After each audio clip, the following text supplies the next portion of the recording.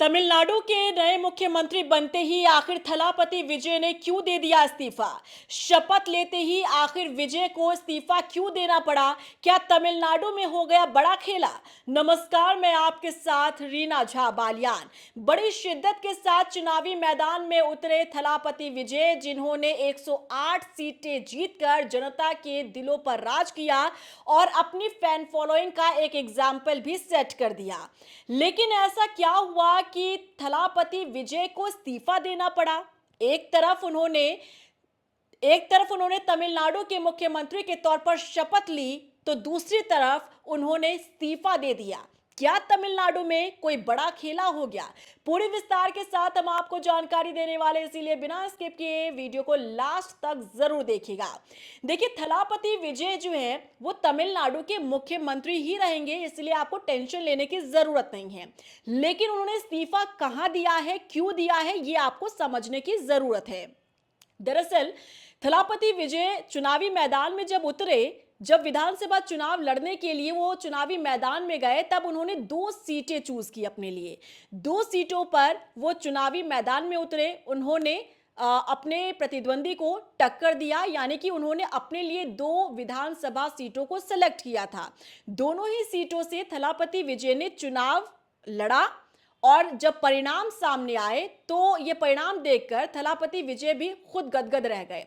उन्होंने दोनों ही सीटों से चुनाव जीत लिया।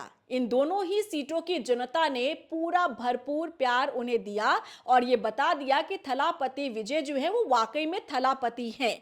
लेकिन देखिए, जो संवैधानिक व्यवस्था है वो ये कहती है कि जब भी आप 2 सीट से चुनाव लड़ते हैं और अगर आपने दोनों ही सीटों को जीत लिया है, तो आप दोनों सीट अपने पास नहीं रख सकते। जब आप एक सीट से विधायक बन गए, दूसरी सीट से भी आपने जीत हासिल कर ली, तो संवैधानिक व्यवस्था के मुताबिक आपको एक सीट अपने मन मुताबिक छोड़नी पड़ती है।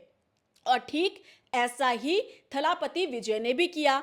उन्होंने 2 सीटें अपने लिए चूज की थी।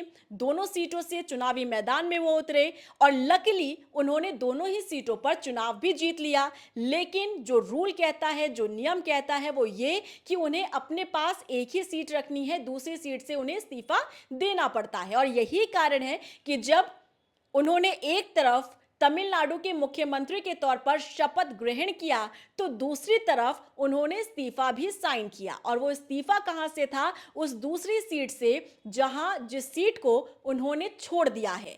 अब ये दोनों सीट कौन से हैं, कौन सा वो क्षेत्र इतना लकी हुआ है जिस क्षेत्र की जनता को चूज किया है थलापति विजय ने। और आप तो जानते हैं कि अगर किसी भी राज्य का मुख्यमंत्री होता है तो उसका कहीं ना कहीं, भले ही वो खुले तौर पर ना कहें, लेकिन उनका झुकाव जो है अपने विधानसभा क्षेत्र की तरफ जरूर होता है।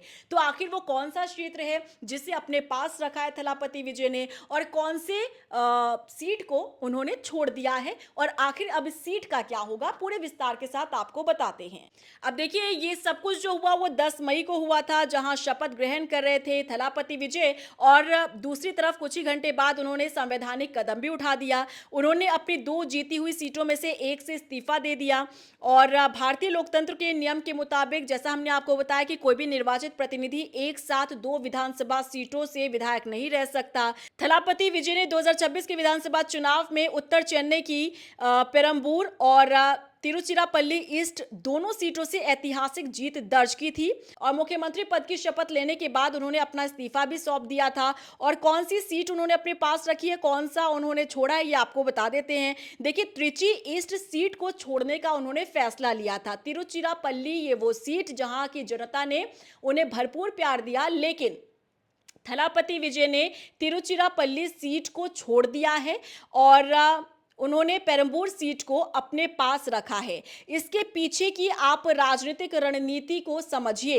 देखिए, माना जा रहा है कि राजनीतिक रणनीति को समझते हुए थलापति विजय ने यह फैसला लिया कि तिरुचिरापल्ली सीट को उन्होंने छोड़ दिया और पेरंबूर सीट को उन्होंने अपने पास रखा है। पेरंबूर उत्तर चेन्नई का एक महत्वपूर्ण हिस्सा है, जो कि पूर्व मुख्यमंत्री एम.के. स्टैलिन के गढ़ के बिल्कुल पास है। यहां से विधायक रहकर विजय सीधे तौर पर द्रविड़ राजनीति के केंद्र को चुनौती दे सकते हैं और चेन्नई जैसे शहरी क्षेत्र में अपनी पकड़ और मजबूत कर सकते हैं। अब सबके जहन में सवाल ये है कि जब ये सीट इन्होंने छोड़ दी है, यानी कि ये सीट खाली हो गई, तो जाहिर तौर पर जो नियम कहता है कि इस सीट पर अब उपचुनाव होंगे, यानी कि इस सीट के लिए फिर से चुनाव करवाया जाएगा, जिसके लिए टीवी के यानी कि जो थलापति विजय की नई पार्टी है वो भी अपने प्रत्याशी उतारेगी। किसे उतारा जाएगा, किसे नहीं उतारा जाएगा, इस पर भी मंथन किया जाएगा।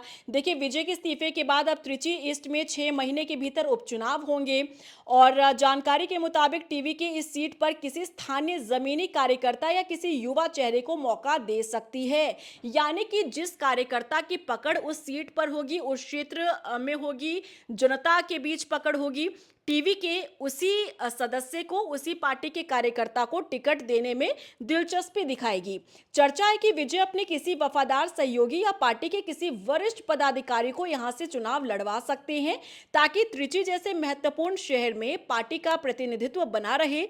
ये उपचुनाव टीवी के लिए मुख्यमंत्री की साख और जनता के समर्थन की पहली अग्नि परीक्षा भी होने जा रही है, क्योंकि आप सोचिए कि टीवी के से प्रत्याशी के तौर पर, उम्मीदवार के तौर पर तिरुचिरापल्ली सीट से उतरे थे थलापति विजय, जिन्हें बम्पर जीत हासिल उन्हें हुई। वहां के क्षेत्र की जनता ने पूरा भरपूर प्यार दिया थलापति विजय को। लेकिन अब जब इस सीट पर उपचुनाव होंगे, तो जिस चेहरे को टीवी के उतारेगी, क्या फिर से भरोसा जीतने में कामयाब होगी टीवी के या फिर नहीं, या फिर ये जो बम्पर जीत हुई थी ये थलापति विजय के चेहरे की जीत थी। किसी दूसरे चेहरे को अगर पार्टी उतारती है तो शायद वो जीत हासिल ना कर पाए। अब हालांकि देखिए, वो तो जब चुनाव होंगे, रिजल्ट सामने आएंगे तभी क्लियर हो पाएगा, लेकिन इतना तो श्योर है कि टीवी के जिस भी सदस्य को या फिर जिस भी कार्यकर्ता को चुनावी मैदान में यहां से उतारेगी, तो जाहिर तौर पर उस कार्यकर्ता की फैन फॉलोइंग, पकड़ और क्षेत्र में लोकप्रियता, जनता के बीच लोकप्रियता, इसे जरूर आंका जाएगा। संवैधानिक रूप से इस्तीफा स्वीकार होने के बाद निर्वाचन आयोग इस सीट को खाली घोषित कर देता है और मुख्यमंत्री विजय अब केवल पेरंबूर के विधायक के तौर पर विधानसभा में बैठेंगे।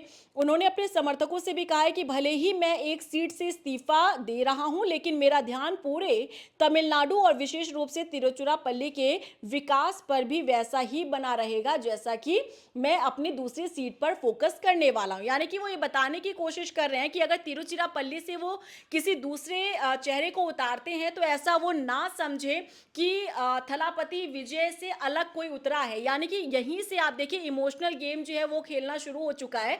उन्होंने जहां एक तरफ शपथ ग्रहण किया, दूसरी तरफ तिरुचिरापल्ली पद से सीट से उन्होंने इस्तीफा दिया, लेकिन उसी मंच से उन्होंने ये भी संदेश देने की कोशिश की कि आप ये मत समझिए कि मेरा फोकस त्रिची से हट चुका होगा। ऐसा बिल्कुल नहीं होगा, क्योंकि मैं त्रिची के भी करीब रहने वाला हूं।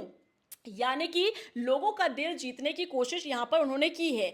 देखिए, विजय का ये कदम उनके आत्मविश्वास को दर्शाता है। जहां विपक्षी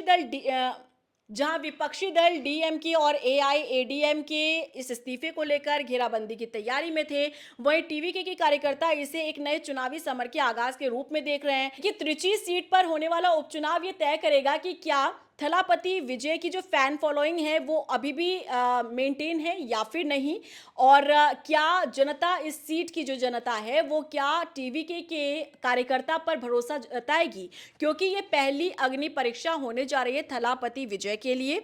चुनावी मैदान में जिस किसी को भी उतारा जाएगा, लेकिन इतना तो निश्चित है कि जो कैंपेनिंग है या फिर प्रचार प्रसार है उसमें अपना पूरा दमखम दिखाते हुए नजर आएंगे तमिलनाडु के नए मुख्यमंत्री थलापति विजय। तो ये थी कहानी इस्तीफे की, कि एक तरफ शपथ ग्रहण हुआ तो दूसरी तरफ आखिर इस्तीफा क्यों देना पड़ा।